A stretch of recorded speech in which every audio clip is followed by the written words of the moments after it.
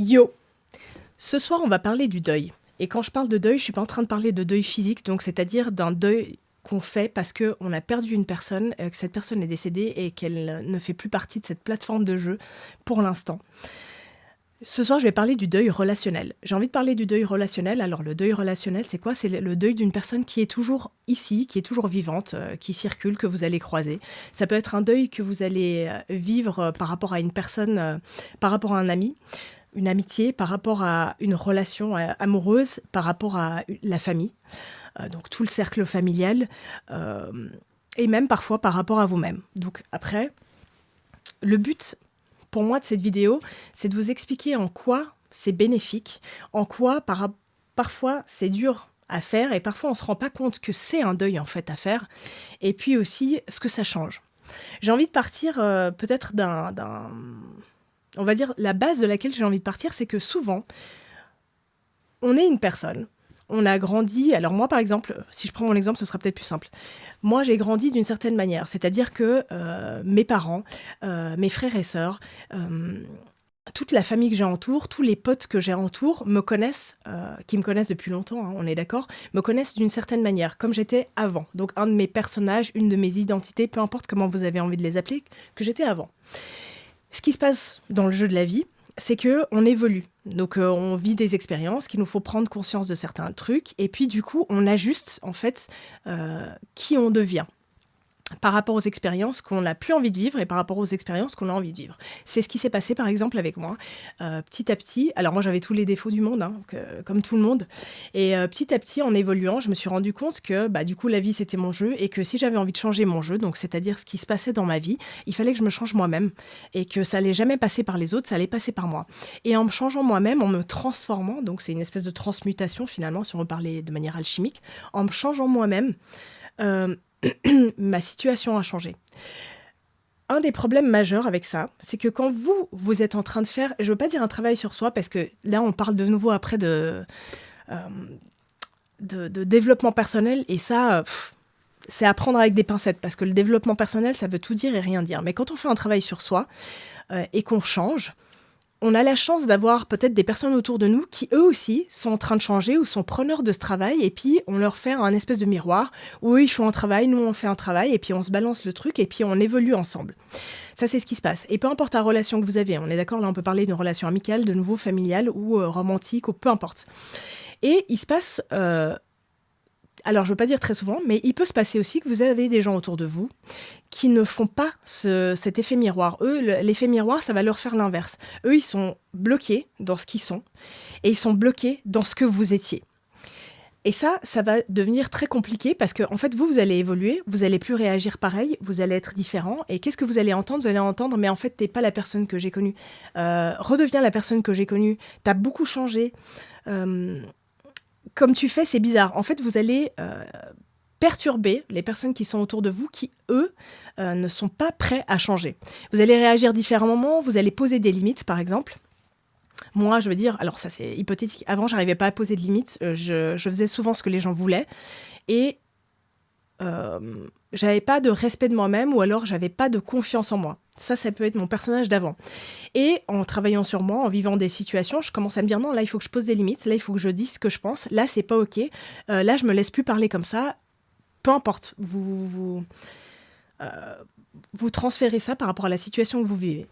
Et justement, ce qui se passe quand on fait ça, c'est qu'il y a des gens qui vont être preneurs, il y a des potes qui vont être à côté de vous, la famille qui va être avec vous, qui va se dire, ouais, en fait, finalement, qui vont peut-être d'abord réagir en friction parce que vous allez changer et ça va les décontenancer. Et puis après, ils vont se dire, ouais, en fait, oui, si t'as raison, en fait, c'est vrai que... Et puis après, ils vont être preneurs, ils vont se dire, mais moi, c'est vrai que je me positionne pas assez.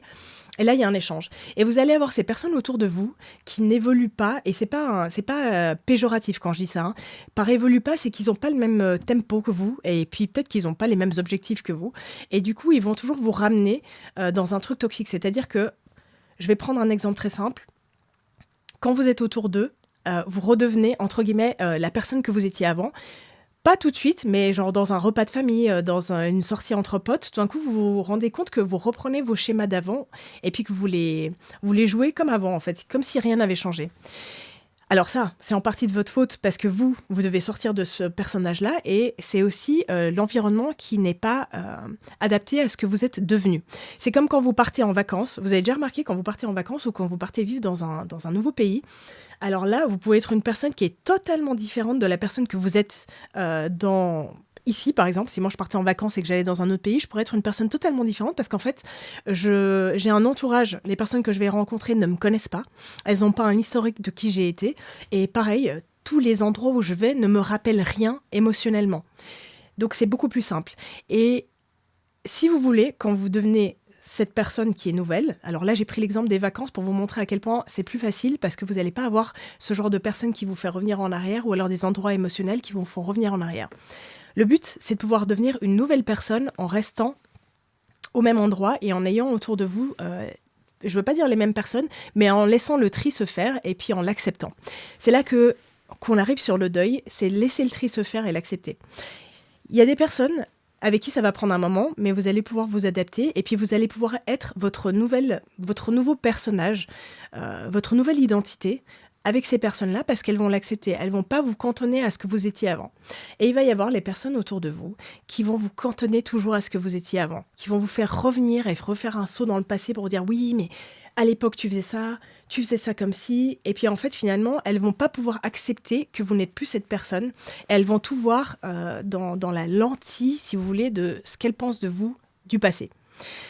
Et ces personnes-là, malheureusement, si elles n'arrivent pas à s'adapter, il va y avoir un deuil à faire, un deuil d'une relation, un deuil d'un lien, et parfois même juste le deuil de la personne parce que elle va plus être dans votre vie. C'est-à-dire que vous n'allez pas être fâché contre elle, il va rien avoir, mais en fait, juste elle va s'éloigner et c'est plutôt vous qui allez vous éloigner et vous allez éloigner cette personne ou ces personnes de votre vie parce qu'en fait, ça ne vous fait pas du bien.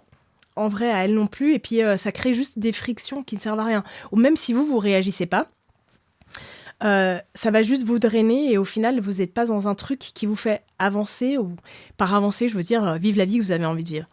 Donc le deuil, il est hyper important à ce moment-là et souvent on ne se rend pas compte qu'il y a un deuil à faire et qu'il y a des étapes de ce deuil-là.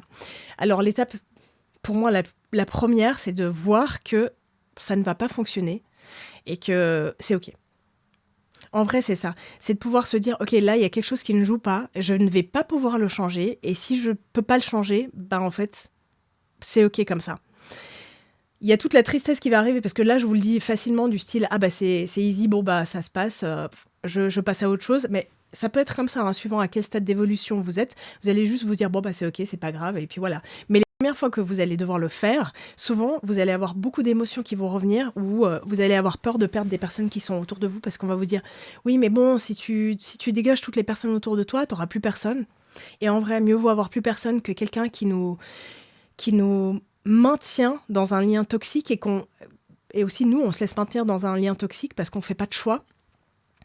Mieux vaut faire un choix et être seul qu'être mal accompagné. Ça, on l'a entendu plein de fois. Donc, le fait de pouvoir comprendre et de pouvoir admettre que ça ne va pas marcher comme on veut, c'est la première étape. Et de laisser toutes les émotions qui vont venir vous donner à des coups de boule émotionnels, on les laisse sortir et puis on les vit pleinement.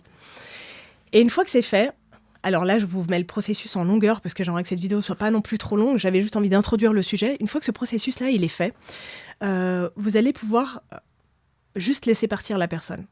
Et quand vous allez laisser partir la personne, ce ne sera pas en étant aigri ou en ayant un sentiment de malaise ou en ayant envie de juste accabler cette personne. Tu ne pouvais pas m'accepter comme j'étais, tu ne pouvais pas évoluer avec moi. Vous serez plutôt en mode, en fait… c'est cool, franchement c'est cool. Et puis tout ce qu'on a vécu ensemble jusque-là, j'apprécie. Alors ça, vous le dites à vous-même, pas sans de le dire à la personne, mais en fait c'est cool. Et dans ce processus-là, vous allez être libéré.